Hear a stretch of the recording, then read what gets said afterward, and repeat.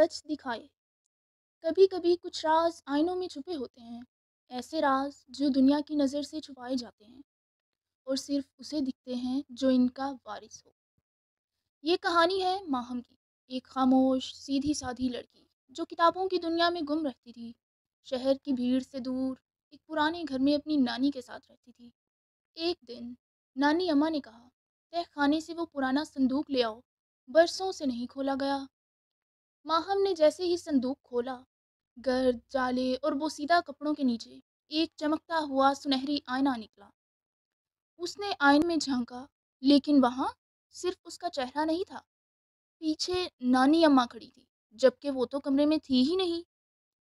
اگلی رات ماہم نے آئینے کو پھر دیکھا، اور اس بار وہ دنیا بدلی ہوئی تھی۔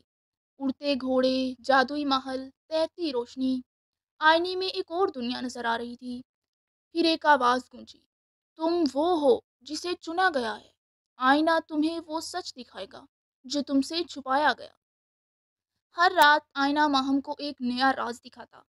پتہ چلا کہ اس کے نانا ایک جادوگر تھے اور نانی اماں اس آئینے کی محافظ۔